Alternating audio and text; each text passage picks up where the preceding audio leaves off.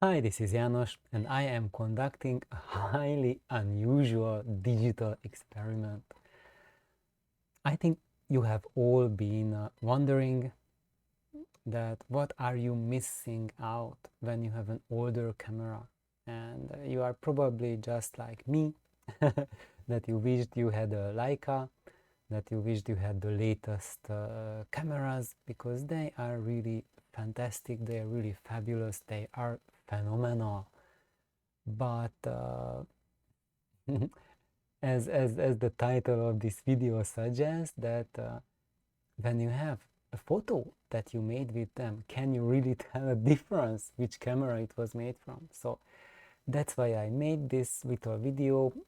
I don't want to overgeneralize any conclusions that you can gain from it. This is just a fun experiment. And this is really not about pixel peeping, that okay, like perfectly controlled settings and then you because using a camera is more than that. It also like depends how you feel when you have the camera in the hand, and the settings on the fly. You have to adjust the settings on that camera, and does it work out in real life or it doesn't work out in real life. That's something entirely different than having your unlimited time to do the settings in a studio setup, and just take whatever time you need and click. When you are out there on the field, it's totally up to you to capture the moment or not. And so that's why for this comparison I chose a very unusual route. And I am not using my photos here, partly because I do not have any Leica photos at all. I do not have a Leica camera, sadly. uh, but what I do have is a computer, and all of us, we can use Flickr online. So there is this website called Flickr, and people post there their photos, and the special thing about Flickr is that Flickr also gets your camera data, and then you can see like what kind of camera people used to take that shot, what was the aperture, what was the speed they shot at, which lens they used. So there's a lot of camera data, so that's why for me it's a really valuable resource, because I can browse. So if I watch a review about a lens, or I'm thinking about purchasing a lens, then I go on Flickr and see what photos people actually are taking with that lens or that camera body. And that tells me actually much more than just any review tells, because the review tells what a reviewer did in a specific circumstance, specific situation, probably also getting paid for making the reviews. So they have often a limited range of what can say about a certain lens or camera. And you might never know what is their limitation, what they are allowed to say.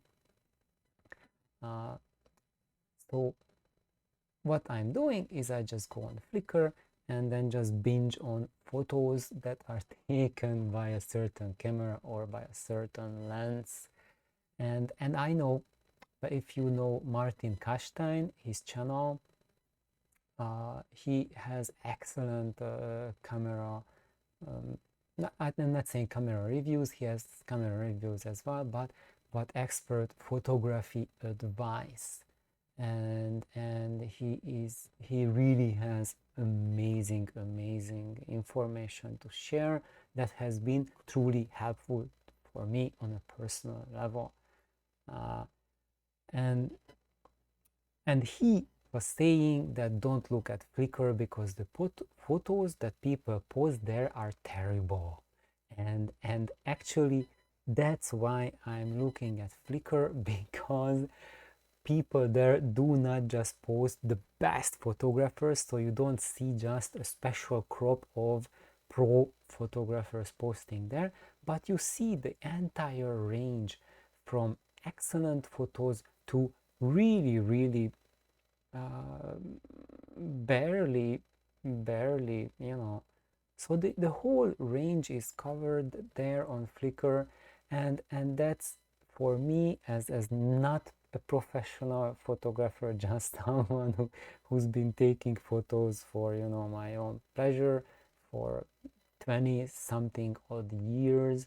This really represents the scale of the photos that I'm taking, from the poorest shots I took 20 years ago to what I am aspiring to grow towards. So that's why I really, really recommend Flickr for everyone, to get inspiration and just, you know, look at the diverse range people are capable to do. So for example, when I've looked at the Leica forum photos, I was just so disappointed, because a lot of the Leica shots are just terrible. And when you look at photos made by early digital cameras, made in 2004, 2005, there's like dozens and dozens of photos that I just click on because I want to see more of it. This is fantastic. And so it's not the camera that makes the photos, it's the photographer. And often there are very good photographers with cheap cameras, and often there are just really poor shots with very elaborate machines. Of course, if there is a professional photographer with a fantastic camera, they can make amazing images, but if you are not one of them, then just owning a Leica will not turn you into a professional photographer. I'm not saying which is that Leica group on Flickr, but one of that just made me absolutely cringe, and I just can't even get myself to go back and look at it. And it's the group that is of my dream Leica camera, that I thought I want that camera if when I retire. But after looking at the photos people posted in that group, no, that traumatized me really. So anyway, I think that was too much of an introduction already. So what are we going to have today? We are going to look at 3 contestants, 3 photographs on Flickr that I chose, and all of them are landscape photos, and I try to pick 3 photographs from Flickr that are similar in nature. So they have a sky, they have clouds in the sky, and there's a landscape. So there is dynamic range as well, which is really hard for landscape photography. You have to deal with dynamic range, and as we all learned, the modern cameras today are excellent with dynamic range, and the old cameras suck big time. So it's impossible to take good landscape photos with the old cameras, one would think. So as contestant number 1, we have the Canon 20D, which is one of the first digital APS-C cameras. It was a really early camera, released in 2004, and it's 8 megapixel with that small APS-C sensor. And our second contestant is the Canon RP, which is a modern mirrorless camera, but it's been shunned. It had terrible reviews because it has a limited dynamic range, slightly better than the Canon 20D, and at least that's what the blurbs say, that oh, it has terrible dynamic range, but in reality it has terrible dynamic range at the base ISO setting. When you go for high ISOs, it has extremely good dynamic range. In fact, it eats the Leica Q2 for breakfast at high ISO. So the dynamic, when you look at the dynamic range, you also have to look at what ISO that dynamic range is specified at.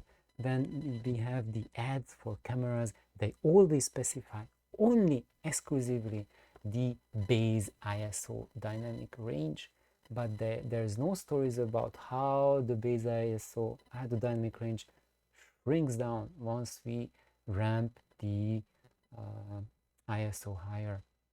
So now our third contestant is also a relatively modern contestant, which is the Leica M10, which is a phenomenal, fabulous camera from 2017. It's also mirrorless like the Canon RP, and when we compare the prices, for the price of the Leica M10, you can furnish a classroom of budding photographers, each with a Canon RP, or you can furnish an entire African village with every kid with a Canon 20D from that money.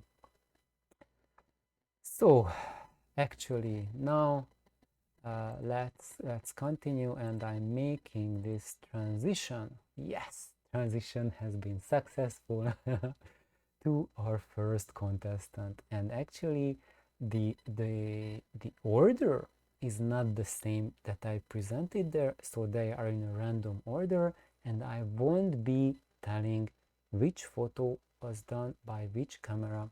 So I'm just going to look at them and see what I see, and what I like with each of them, what I dislike with each of them, and at the very end we shall see which was taken by which camera, and really is there such a giant difference between a shot taken by a Leica and or the Canon RP, or a 20D, which is can be had for pennies nowadays, and it's like almost 20 years old now. So looking at this photo, I find that this is a really beautiful photograph, and if you just look at that, the depth is fantastic. You can see that it really feels like I'm standing on the shore of a lake, and it's just fantastic how you can see the reflections on the water. You can see like the darkness, the shadows that these trees cast over there, that fantastic reflection of these bushes here, and the mountains in the back is just, the perspective is fantastic. And also look at this, we have like overcast mountains here, and there's like strong sunlight, and the camera is able to deal with that. This is really amazing. Maybe could this be the Leica? Let's see, let's zoom in, let's pixel peep. So when we zoom in, we see that there's like tremendous detailing in the reflections of the lake. It's just fantastic. So if I just keep on moving the screen, it almost feels like you can see the waves on the lake. Just fantastic. I love it. You can see people, they're walking around. Just tremendous detail level with these bushes here. I love it that there's the contrast in the light, that there's a darkness there. You can feel the shade under the trees, that it's cooler there. You want to go there if it's like too hot outside, and there, this is just fantastic. Those shadows that those trees cast there, and going for the mountains. I'm a little bit disappointed with those clouds. They don't look that organic, but they are not bad. They are not that bad. Although I don't really feel the dimensionality that those clouds over there are further than these clouds over here. So I don't know. And we see anyway. So I think that's it. Overall, I think this is a fantastic shot. Let's also see the shore. So when we are here, these stones are pretty good. There's a lot of detail level, but they don't look real. So I don't have the feeling that these are real stones. They look a little bit more like someone drew them. It's kind of like a Photoshop job. Okay, so that's my first overview of this first image. I think overall it's truly gorgeous, beautiful, astonishing detail level, and the way it renders these reflections and all the details and just the sheer perspective it's fantastic. I think it's just I would be really happy with this camera for landscape photography. So now let's look at the second contestant, and we see we have a similar thing. We have a nice lake in the foreground, and then we have trees and mountains and clouds and sky. So right, same thing almost, but done in a different way. We first can see that this is exposed brighter than the previous shot was, so I think we better take this into consideration when thinking about that. So that sets the mood into a very different mood. So now it's a much brighter mood. So when we go back here, you see this is like a darker, brooding landscape versus here. It's more your attention is drawn to these brightly lit mountains. Um, and it feels kind of like as if these rock formations are kind of like photoshopped in here. They don't really seem organic. It kind of like feels as if someone played around pulling up from the shadows these things, so it does not look natural. And I think that's my problem with high dynamic range photographs, with people whose cameras can take like very high, like 14 EV or more, is that they just are pulling up the shadows and putting in all of those details, and it just makes the image look artificial, unbalanced. Let's just zoom into it. What do we have? Yes, when I zoom into it, it looks even more unbalanced. These rocks don't look organic.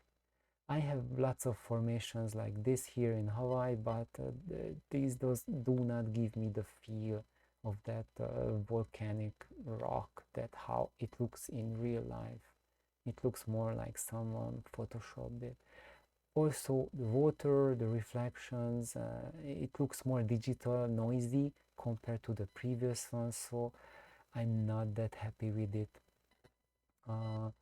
as I was before. When I'm looking at the trees, it's just astonishing, the detail level you get there is just like phenomenal.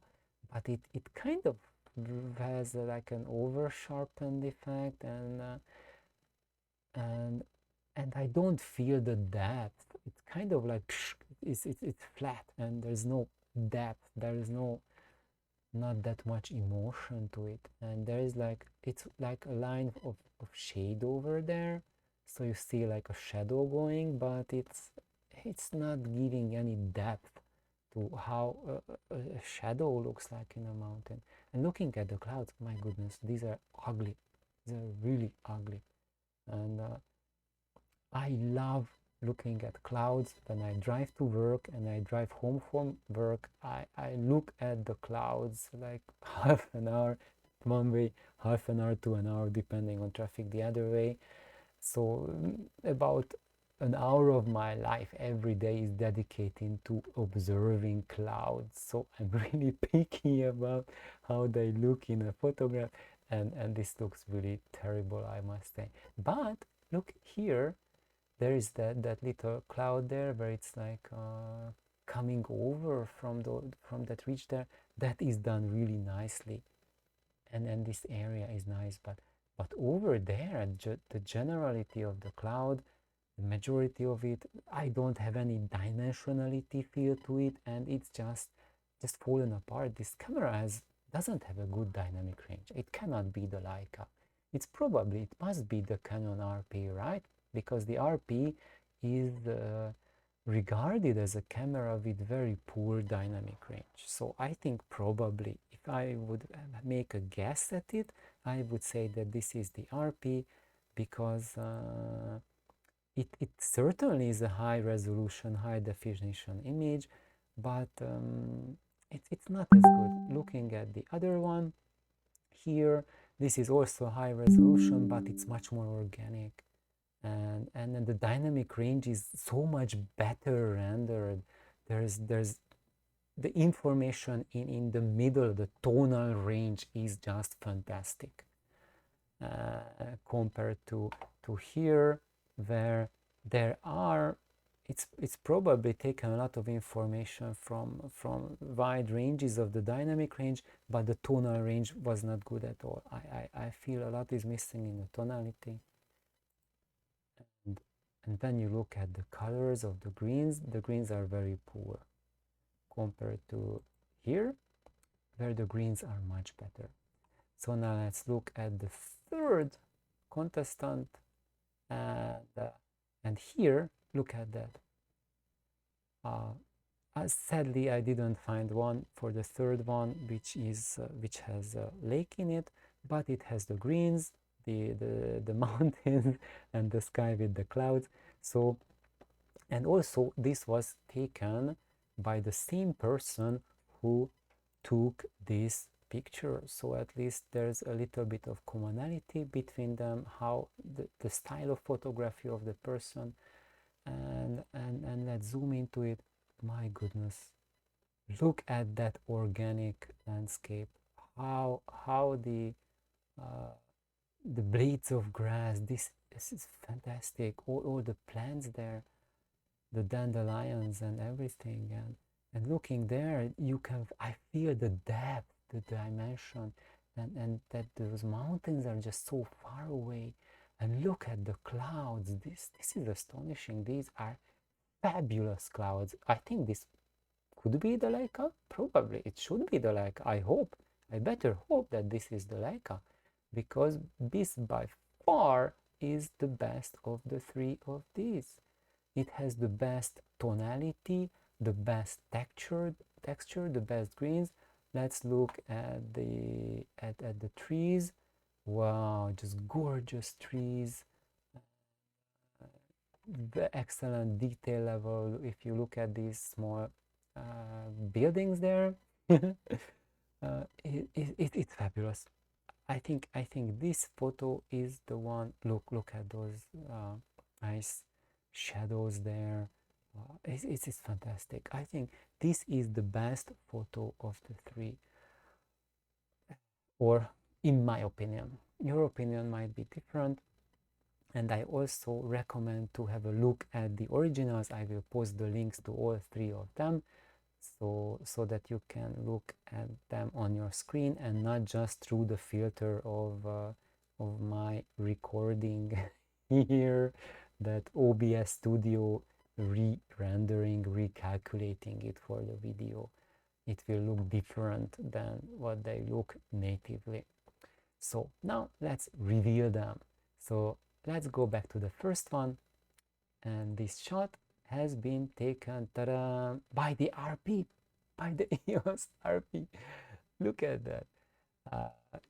This is like a really difficult photo because of the huge dynamic range required, and I think it's done a fabulous job with it. And there are some who say, oh, I want to pull out the details from the shadows. And why do you want to ruin the image? I think if we pulled out the details from the shadow, we would just totally ruin this photo. This is a perfectly balanced, amazing photograph. Now let's look at the second one. Let's reveal. Ah, this was the Leica. Look at that. And this was the one that I liked least of the three. Isn't this crazy? And also looking at the lenses, this was done by a prime lens. But I assume it looks 35mm prime lens.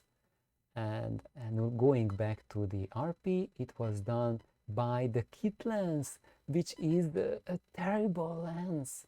People who get their RP with the kit lens, they just want to get rid of this lens as fast as they can, because it's not sharp, it doesn't have good contrast, nothing, but still it's a pretty amazing landscape shot.